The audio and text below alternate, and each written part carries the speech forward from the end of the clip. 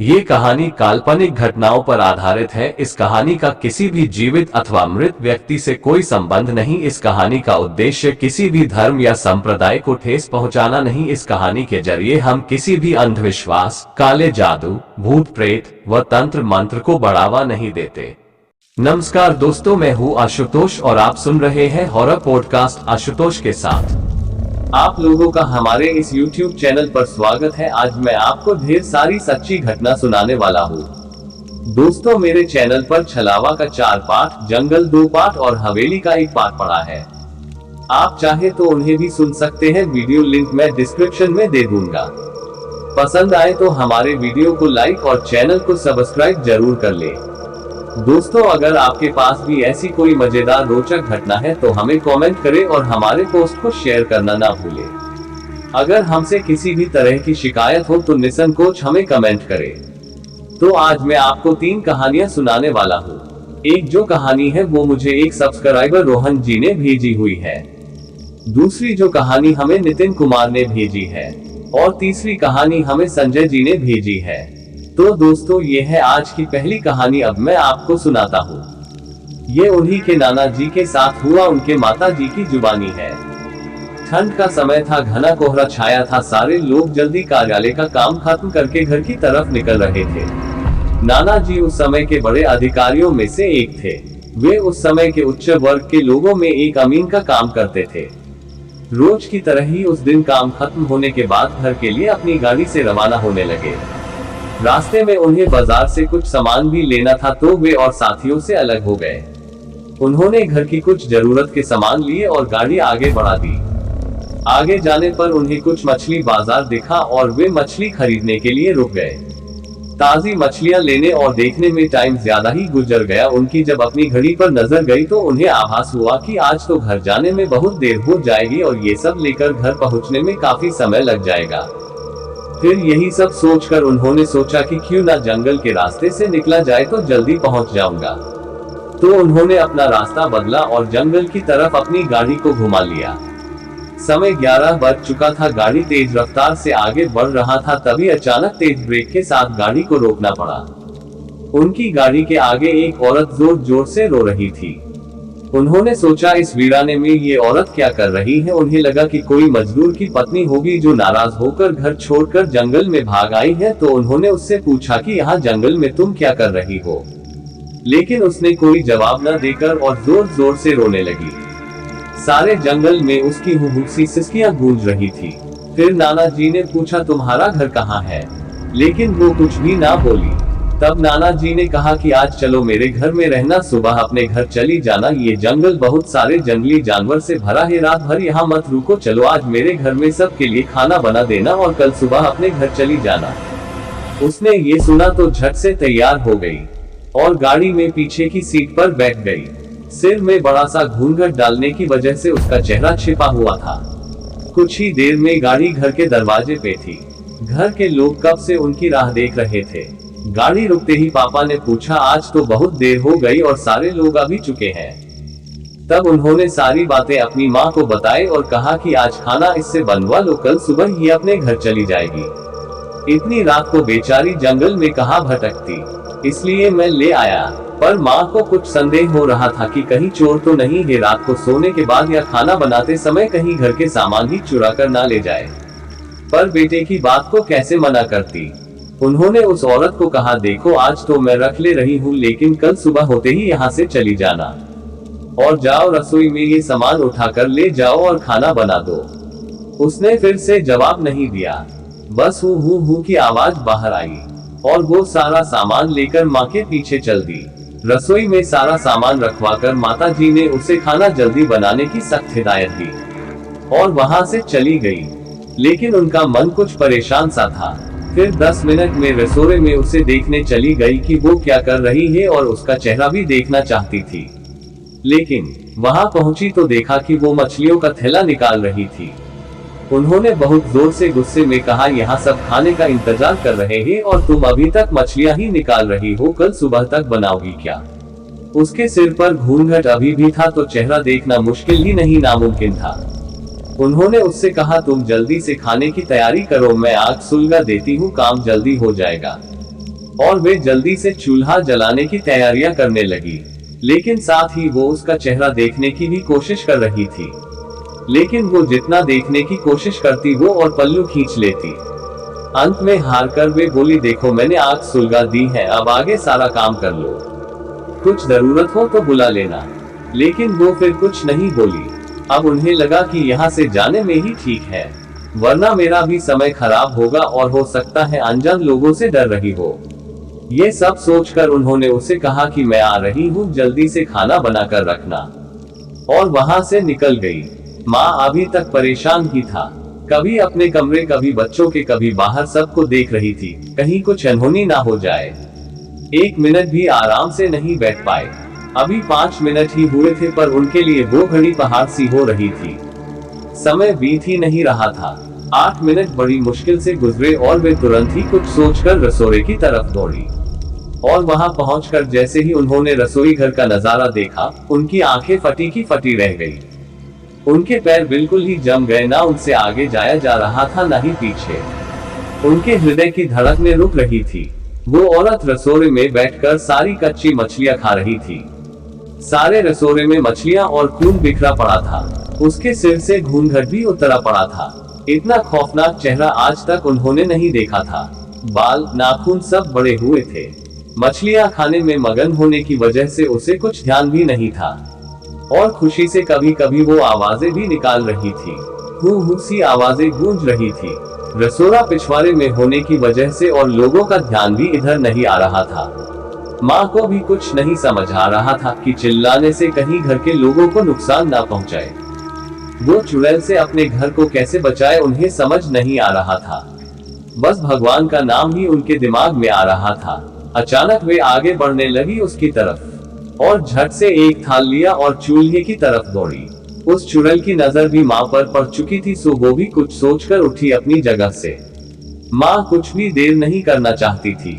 उन्हें पता था कि आज अगर जरा सी भी लापरवाही हुई तो अनहोनी हो जाएगी। उस चुड़ैल के कुछ करने से पहले ही उन्हें चूल्हे तक पहुंचना था, और चूल्हे के पास पहुंचकर उन्होंने जलता हुआ कोयला थाल में भर लिया और चुड़ैल की तरफ लेकर जोर से फेंका। आग की जलन की वजह से वो अजीब सी डरावनी आवाजें निकालने लगी।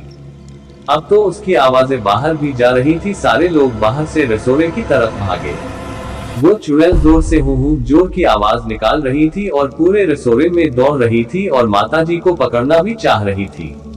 लेकिन अब सारे लोग रसोई में आ चुके थे। काफी लोगों की भीड़ देखकर वो और भी डर गई थी। लोगों की भीड़ को ठेलती हुई वो बाहर जंगल की तरफ भाग गई, और सारे लोग ये मंजर देखकर डरे सहमे से खड़े थे और मन ही मन माताजी की हिम्मत की दाद दे रहे थे, तो ऐसे छूटा चुड़ैल से पीछा। तो दोस्तों, ये थी आज की पहली कहानी। अब मैं आपको दूसरी कहानी सुनाता हूँ। ये जो घटना उनके साथ घटी थी बचपन में, उस घटना को मैंने कहानी में रूपांतरित किया है। उन्होंने हमें पहले भी 3-4 कहानियां भेजी है, और यह उन्हीं का एक खुद का अनुभव है जो मैं आपके साथ साझा करने जा रहा हूं। तो चलिए बिना समय गवाए कहानी शुरू करते हैं। यह आज की दूसरी कहानी है। नमस्कार दोस्तों, मेरा नाम संजय है और यह घटना है, ये हमारे साथ तब हुई थी जब हम 9वीं कक्षा में पढ़ा करते थे। यह उस रोज की घटना है जब हम सारे दोस्त खेलने चले गए थे। दरअसल हम गांव के आसपास ही किसी खेत में या किसी स्कूल के ग्राउंड में जाकर कोई भी खेल खेला करते थे। लेकिन एक रोज कुछ लड़कों ने हमें बताया कि उन्होंने एक नई जगह खोज निकाली है जो कि खेलने के लिए बहुत अच्छी और शांत भी है। तो उसी के अगले रविवार साइकिल लेकर सारे दोस्त वहां खेलने चले गए। अब सुबह सुबह हम 10 या 11 बजे वहां पहुंच गए थे, लेकिन घंटे भर में ही हम सभी वहां बहुत ज्यादा थक गए थे। एक तो वो जगह बहुत ही ज्यादा विराम थी, और खुली जगह होने से तेज धूप के कारण गर्मी भी बहुत ज्यादा लग रही थी। हमारे पास जो पानी था वो भी खत्म हो चुका था। तेज धूप थी और हमें समझ नहीं आ रहा था कि हम अब आगे क्या करें। तो हम वहीं एक जगह पर एक पेड़ के नीचे छांव में बैठ गए। अब हम में से एक लड़का था कुलदीप, उसका कहना था कि यह जगह बहुत ही अजीब है। लेकिन अजीब होने के साथ साथ वो जगह कौतूहल भी पैदा कर रहे थे, क्योंकि हमारे गांव के आसपास होते हुए भी हमें उसके बारे में इतना पता ही नहीं था। कुछ दोस्त थे, वो घर वापस जाने के बारे में बात कर रहे थे। बहुत थके हुए थे और पीने के लिए पानी भी नहीं बचा था। थोड़ी बहुत भूख भी लग रही थी। बाकी सबका कहना था कि चलो इस जगह को एक्सप्लोर करते हैं। अब जो मना कर रहे थे वो भी धीरे धीरे अंदर जाने के लिए राजी हो गए और फिर हम उस जगह में घूमने निकल पड़े। वहां से आगे कुछ एक जंगल जैसा क्षेत्र था जो कि हरा भरा था और दिखने में अच्छा लग रहा था। सोचा कि शायद हमें वहां कोई नदी या कोई जंगली फल वगैरह खाने को मिल जाएंगे और ऐसे कर हम और अंदर जाते चले गए। काफी देर तक इधर उधर घूमने के बाद हम एक और सुनसान जगह पर पहुंचे। वो जगह भी बहुत ही खुली और सुनसान थी। वहां पर पेड़ बहुत कम थे और जो भी थे वो बहुत ही छोटे थे। वहीं पर आगे एक पुराना टूटा फूटा मकान भी था। हमने देखा कि वहां मकान के इर्द गिर्द काफी सारे पत्थर रखे थे, छोटे बड़े हर आकार के। इसलिए हमने साइकिल वहीं पीछे पेड़ों के पास छोड़ दी और चलकर ही या वहां टहलने लगे। पत्थरों का आकार एक समान था, मतलब सभी गोल तो नहीं थे लेकिन एक ही आकार के थे। तभी हम में से किसी ने कहा, ये तो बहुत ही अजीब जगह है, मतलब इतने सारे पत्थर यहाँ किसने रखे होंगे? देखकर तो लगता है कि काफी साल हो गए हैं, यहाँ कोई नहीं आया होगा, पता नहीं कौन रहा होगा। तो हमें जो एक समझदार लड़का था कुलदीप, जो कि हमसे थोड़ा बड़ा भी था, उसने आसपास देखकर कहा, मुझे तो ये कोई कब्रिस्तान लगता है, यहाँ से वापस चलते हैं। अब हम सब में एक लड़का और था जो कि बहुत ही नालायक और शरारती था। उसका नाम कपिल था और वह कुछ भी करता था। जब हम उन पत्थरों के बारे में और उस जगह के बारे में बात कर रहे थे, तब कपिल ने वहां के पत्थरों को उठाकर यहाँ वहां फेंकना शुरू कर दिया। अगर कोई पत्थर उठाया नहीं जाता तो उस पर वह पैर रखता किसी के ऊपर जाकर खड़ा हो जाता। अब हमने उसे रोकना चाहा, तब वह एक पत्थर के सामने बैठ गया और कहने लगा, देखो अभी मैं भूत को जगाता हूँ। हम सब उसकी इस हरकत को देखकर हैरान रह गए थे, पर वो कहाँ सुनने वाला था। वो वहीं एक पत्थर के सामने बैठकर कुछ अजीब सा बड़बड़ाने लगा कि भूत जाग जाओ, मुझे अपना रूप दिखाओ, ऐसा कुछ अजीब सा। अब उसकी ऐसी हरकतों के कारण हमने उसकी तरफ ध्यान देना ही छोड़ दिया और हम वहां से आगे चले गए। अब हम सबके मन में उस टूटे पुराने मकान को देखने का कौतूहल था। सभी तो नहीं, जो कुछ डर रहे थे वो पीछे रुक गए थे। हम कुछ 3-4 ही दोस्त थे जो कि मकान के पास चले गए। वो बहुत ही छोटा और साधारण सा मकान था, मतलब कोई ज्यादा बड़ा नहीं था, पर काफी पुराना और टूटी फूटी हालत में था। दीवारें काली पड़ी हुई थी, छत पर जो लकड़ियां थी वो भी खोखली हो गई थी। आधी छत टूटकर नीचे झुकी हुई और अंदर की तरफ गिरी हुई थी और उस घर की दीवारों पर हर जगह से बेल उगी थी जिन्होंने उस घर को घेर रखा था। जब हम उस मकान को देख रहे थे तब हम देखते देखते पीछे की ओर चले गए। हम जैसे ही पीछे पहुंचे, वहां जो कुछ हमने देखा वो देख हम और भी ज्यादा चौंक गए। घर के पीछे दूर एक जगह एक छोटा सा पेड़ था, उस पेड़ को साड़ी पहनाई हुई थी। पेड़ के ऊपर किसी औरत के लंबे बाल रखे थे और उसी के आसपास वो सब सामान था जो कि एक औरत पहनती है। कंगन, झुमके, सिंदूर वगैरह। उस पेड़ को किसी औरत का आकार दिया गया था और शायद वहीं पर किसी की बलि भी दी गई थी, क्योंकि वही जमीन पर सूखे पत्तों पर काला सूखा खून भी नजर आ रहा था। वो सब देख हमें इतना तो समझ आ गया था कि ये सब हुए बस कुछ ही दिनों हुए हैं।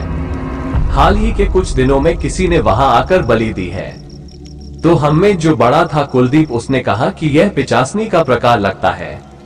अब हम थोड़ा घबरा गए और हम सब ने एक दूसरे को देखा। हमने इशारों में ही वहां से निकलने का निर्णय लिया। हम बस पीछे मुड़े ही थे कि तभी वहां पर कपिल आ पहुंचा। हमारे पीछे खड़े होकर वो कहने लगा, ये किसकी गर्लफ्रेंड है? उसने ऐसा कहा और उसके साथ मजाक करने लगा। वहां की मिट्टी उठाकर उन बालों पर डालने लगा। हम सब उस पर चिल्लाने लगे तो उसने कहा, अरे ये तो बिल्कुल कैटरीना जैसे दिखती है। और वह ऐसे ही मजाक करे जा रहा था और आखिर में जैसे ही उसने उन बालों को छूने की कोशिश की, एक बहुत ही भयानक सी आवाज हमने सुनी। वो आसपास के पेड़ों से या फिर शायद उस घर से हमें सुनाई थी। अब मैं आपको बता तो नहीं सकता कि वो आवाज असल में कैसे थी, पर वो बहुत ही अजीब थी, जैसे कोई दर्द और गुस्से दोनों में चीख रहा हो। उस आवाज को सुनकर हम इतना घबरा गए कि हम वहां से तेज चलते चलते भागने लगे।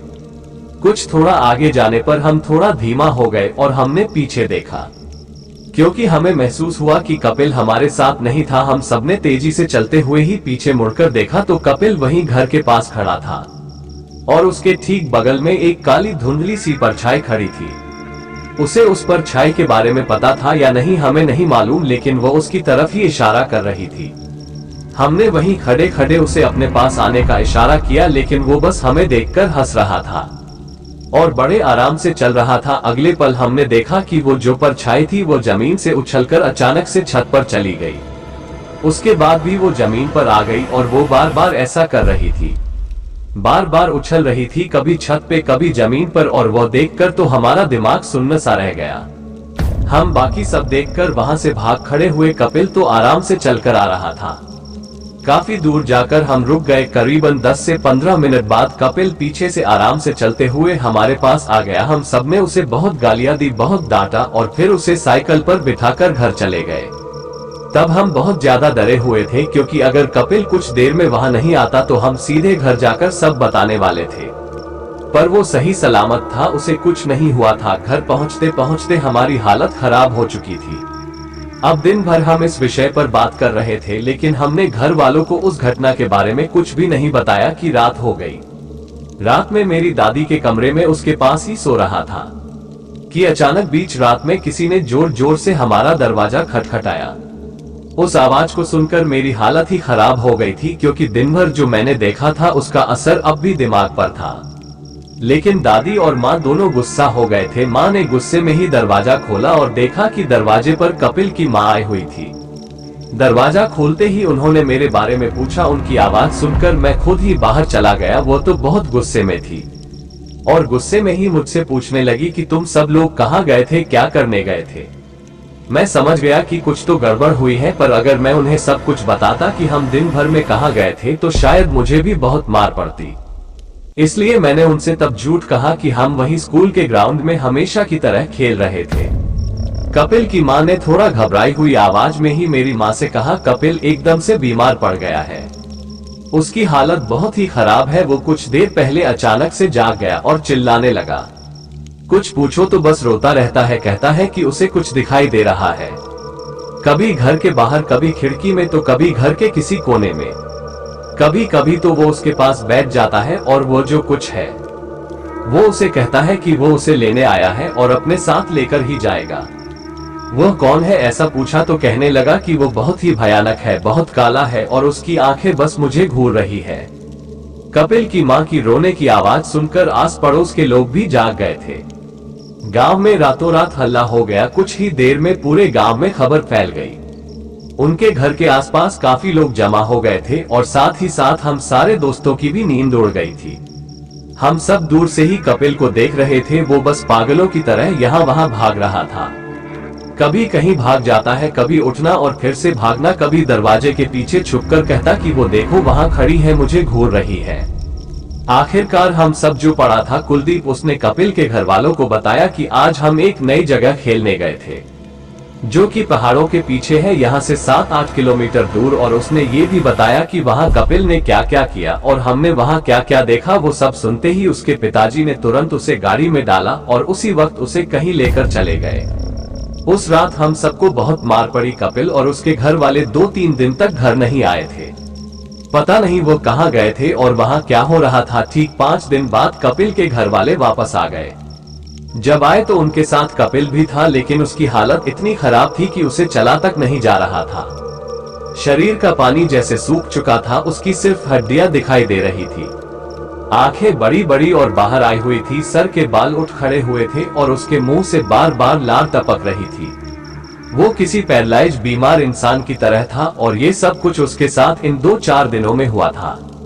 जब हम कुछ दोस्त उसे देखने उसके घर गए तो उसने सिर्फ एक नजर उठाकर हमारी तरफ देखा और वो वैसा ही बेजान सा पड़ा रहा। उसके मुंह सिर्फ खुल रहे थे, लेकिन उसके मुंह से कोई आवाज नहीं आ रही थी। उसकी हालत देख हमसे आगे कुछ भी बोला नहीं गया और हम चुपचाप वहां से चले गए। उस घटना के कुछ 6-7 महीने बाद कपिल की हालत ठीक तो हो गई थी, लेकिन बोना पहले जैसे किसी से बात करता था और ना ही हमारे साथ खेलने आता था। उसके शरीर में हमेशा के लिए कुछ व्यंग्य पैदा हो गया था। वो थोड़ा टेढ़ा चलता था और उसके दोनों पैर थोड़े अंदर की तरफ मुड़ गए थे, जिससे वो ठीक से चल नहीं पाता था। शायद उस दिन उसने मजाक मजाक में जो कुछ किया था, उस चीज ने उसे हमेशा के लिए सबक सिखाया था। तो दोस्तों, ये थी आज की दूसरी कहानी। अब मैं आपको तीसरी कहानी सुनाता हूँ, जो कि हमें नितिन कुमार जी ने भेजी है। नमस्कार मित्रों, मेरा नाम नितिन कुमार है। शिवराज जी के इस चैनल के माध्यम से यह मेरी तीसरी कहानी है। मैं पहले 2 घटनाओं को शिवराज को भेजने वाला था क्योंकि अच्छी खासी डरावनी कहानी है जिनका शीर्षक था पुराना हुआ, और दूसरी कहानी शाकिनी दोष पर आधारित है। पर हाल ही में मेरे साथ एक घटना हुई है तो सोचा कि पहले मैं इसे साझा करता हूँ। आज की कहानी छोटी जरूर है पर ये मेरे साथ घटी एक सत्य घटना है। शनिवार 9 दिसंबर 2023 की रात के 2 बजे का समय हो रहा था। मैं मेरे दोस्तों के साथ बाहर घूमने गया था। मौसम भी मस्त लग रहा था। बाहर ठंड थी और बादल छाए रहे थे। मैं अपने 3 दोस्तों के साथ बाइक से गया हुआ था। कुछ दिनों से मूड सही नहीं था तो सोचा कि आज बाहर कहीं घूम लेता है। वहीं कई अच्छी सी जगह से खाना खाकर हम शाम तक घर आ जाएंगे। तो हम लोग गर्म कपड़े पहनकर घूमने निकल गए। बाइक से आजू बाजू चलते एक दोस्त ने बात छेड़ दी कि आपको तो कई बार ऐसी जगहों पर बहुत कुछ महसूस होता होगा, जैसे कि भूत पिशाच, आत्माएं या देवी देवता जैसा कुछ। तो मैंने जवाब में कहा, हाँ होता है, कई बार होता है, पर मैं हर बार बताता नहीं हूँ। उस दौरान हम जहाँ से गुजर रहे थे वहीं सड़क के किनारे मैंने एक औरत को देखा। ऐसी ठंड में खेत के किनारे लाल साड़ी में लगभग 5 से 8 साल की बच्ची के साथ खड़ी थी। उसे देख मुझे थोड़ा अजीब सा अनुभव हुआ था, लेकिन हम वहाँ से आगे चल दिए। दिन भर हमारी बातों का टॉपिक आत्माएं, लौकिक जगत और मेरे अनुभवों पर ही रहा। वहीं एक ढाबे में हमने खाना खा लिया। खाना स्वादिष्ट था। एक बार सोचा कि घर के लिए भी खाना पैक करवा लेता हूँ, पर फिर नहीं करवाया। मैं अक्सर खाना लेकर घूमना पसंद नहीं करता हूँ, क्योंकि कई बार इससे सुनसान रास्तों पर जाने अनजाने में अतृप्त आत्माएं पीछे पड़ जाती है। अब सूरज ढल चुका था। हम 2 बाइक से 4 लोग घूमने निकले थे। मौसम की वजह से रास्ते सुनसान थे। कोहरा छाया हुआ था। जहां से हम गुजर रहे थे वो रास्ता भी सुनसान था। मैदानी इलाका था। दूर दूर तक खेत थे। पास ही एक रेलवे क्रॉसिंग भी था। मेरे दोस्त ने मुझे कहा, भाई थोड़ा सा रुकते हैं, मुझे बहुत ठंड लग रही है। तो मैं कान बांध लेता हूँ। असल में ठंड बहुत तेज थी तो हम सबने वहीं पर गाड़ी रुकी और गर्म कपड़ों को व्यवस्थित करने लगे। और उस वक्त मैंने रास्ते के किनारे फिर उसी औरत को देखा जो एक छोटे से लड़की के साथ खड़ी थी। वही थी, उसने लाल साड़ी पहनी थी और दूर से हमें दिख रहा था। इतनी तेज ठंड में वो दोनों एकदम नॉर्मल कपड़ों में खड़े थे और बिना हिले डुले किसी मूर्ति के समान खड़े थे। शाम के हल्के अंधेरे में उनका आकार मुझे स्पष्ट दिख रहा था। उनकी आंखें उतनी दूर से किसी बिल्ली की तरह तेज सफेद चमकती हुई दिखाई दे रही थी। मुझे कुछ अजीब सा एहसास हुआ और समझते देर नहीं लगी कि वो कोई आत्मा है जिसे मैंने जाते समय भी देखा था। मैंने हमेशा की तरह अपने दोस्तों को नहीं बताया और बातें करते हुए वहां से आगे निकल गया। रास्ते पर एक छोटी नदी को क्रॉस करते वक्त पुल के किनारे मैंने एक झलक भर के लिए उसे फिर से देखा, पर वह अस्पष्ट से दिखाई देकर ओझल हो गई और मैं चुपचाप ही रहा। थोड़ी देर बाद हम वापस घर आ गए। मुझे शरीर में भारीपन सा लग रहा था। मैं कभी भी बाहर से आने के बाद सीधे अपने देवस्थान पर नहीं जाता, क्योंकि बहुत तरह की जगहों पर घूमने की वजह से बहुत तरह की अशुद्धि शरीर में लग जाती है। और ठंड की वजह से रजाई ओढ़कर लेट गया। सोचा कुछ देर में शरीर गर्म हो जाएगा तो फिर मैं हाथ पांव धोकर देवस्थान पर चला जाऊंगा और अभी अभी जो देखा है उस विषय में कुछ उपचार कर लूंगा। मैं वहीं पड़े पड़े कुछ देर टीवी चलाने लगा ताकि मैं उस बात को अपने दिमाग से निकाल दूं, मुझे जो कुछ मैंने देखा था, जो कुछ मैंने महसूस किया था। पर थोड़ी देर में ही मेरी पलकें भारी होने लगी तो मैंने कपड़े बदले और कमरे का दरवाजा थोड़ा सा बंद करके अपने कमरे की लाल रंग की धीमी लाइट को ऑन करके सोने की कोशिश करने लगा।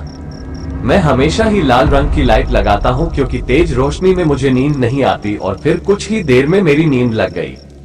अभी कुछ देर पहले जो मैंने देखा था वो बहुत ही डरावना अनुभव था। मैं सर से पैर तक रजाई ओढ़कर सोया हुआ था कि किसी आदमी की पुष्टि के साथ से मेरी नींद टूट गई। क्या कह रहा था मैं समझ नहीं पाया, पर वो फुसफुसाहट लगातार चल रहे थे। मैंने रजाई में ही करवट ली और थोड़ा सा सर बाहर निकाल कर देखा तो वो मेरे बाजू में ही एक कुर्सी पर बैठा हुआ था। उसके चेहरे पर कोई भाव नहीं थे और वो लगातार कुछ बोल रहा था, सिवाय हाथ हिलाने और मुझे घूरने के अलावा। न तो वह हिल पा रहा था और न ही अपनी पलक झपका पा रहा था। उसके चेहरे पर बहुत जख्म थे जिनमें खून भी सूख चुका था। वो फटी हुई गंदी सफेद शर्ट पहने हुए अपने दोनों हाथ अपने घुटनों पर रखकर कुर्सी पर एकदम सीधा बैठा हुआ था और ऐसे बैठकर वो लगातार कुछ बुदबुदा रहा था। उसे देखते ही मेरे शरीर में मानव बिजली सी दौड़ गई। और मैं एकदम से अपने बिस्तर में उठकर बैठ गया तो वह जो कुछ था वह अचानक से अदृश्य हो गया। मैं सोच में पड़ गया कि कहीं मैंने कोई सपना तो नहीं देखा था, पर करवट लेते वक्त ही मेरी नींद खुल गई थी। फिर भी इस एहसास को अपने पर हावी न करते हुए सोचा कि एक बुरा सपना था। आज जो कुछ मैंने देखा है शायद वो मेरे दिमाग में बंध गया है, और ऐसा सोचकर मैं फिर से रजाई ओढ़कर दूसरी ओर करवट लेकर लेट गया। पर यह मेरी भूल थी। रजाई ओढ़कर ही मुझे अब किसी छोटे लड़के और किसी औरत के आने की और हंसने की हल्की हल्की आवाज आने लगी। लेटे लेटे ही मैंने सर ऊपर की तरफ किया तो वो बिल्कुल मेरे सर के तरफ पलंग के थोड़ा पास खड़ी थी। मैंने गौर से देखा, ये वही औरत थी जिसे मैंने रास्ते पर देखा था। मैंने अपने सिर की सीध में उसकी कमर के निचले भाग को देखा।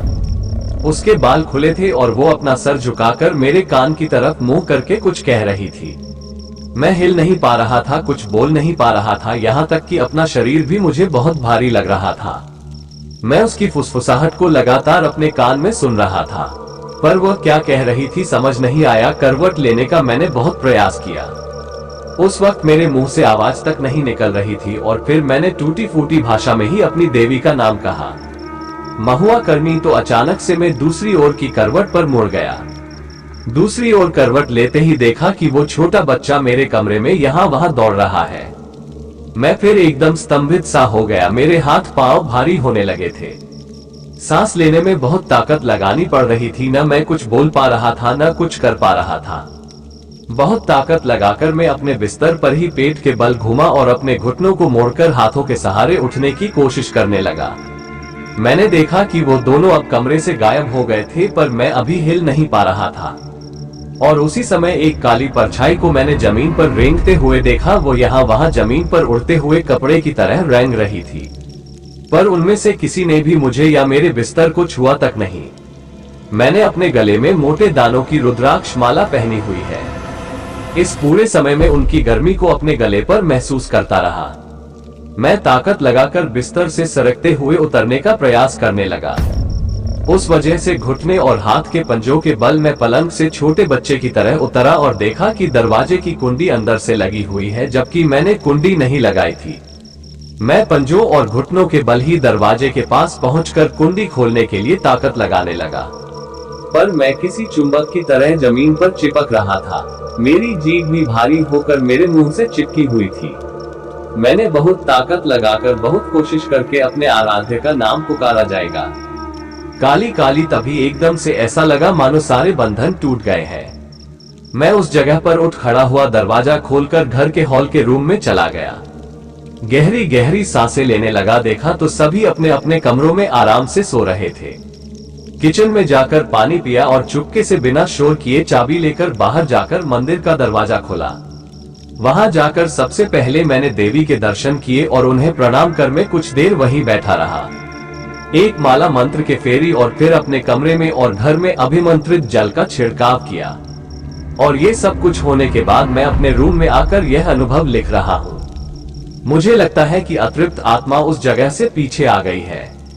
शायद उन्हें किसी तरह की त्रुटि या अपनी मुक्ति की तलाश हो। अक्सर जानकार या साधकों के साथ ऐसी घटनाएं होती रहती है जिसमें वो ये समझ नहीं पाते कि उन पर किसी आत्मा का हमला हुआ है या वो उनसे कुछ कहना चाहती है। अब मेरे लिए सवाल था कि वो उतनी दूर से मेरे पीछे क्यों आई थी।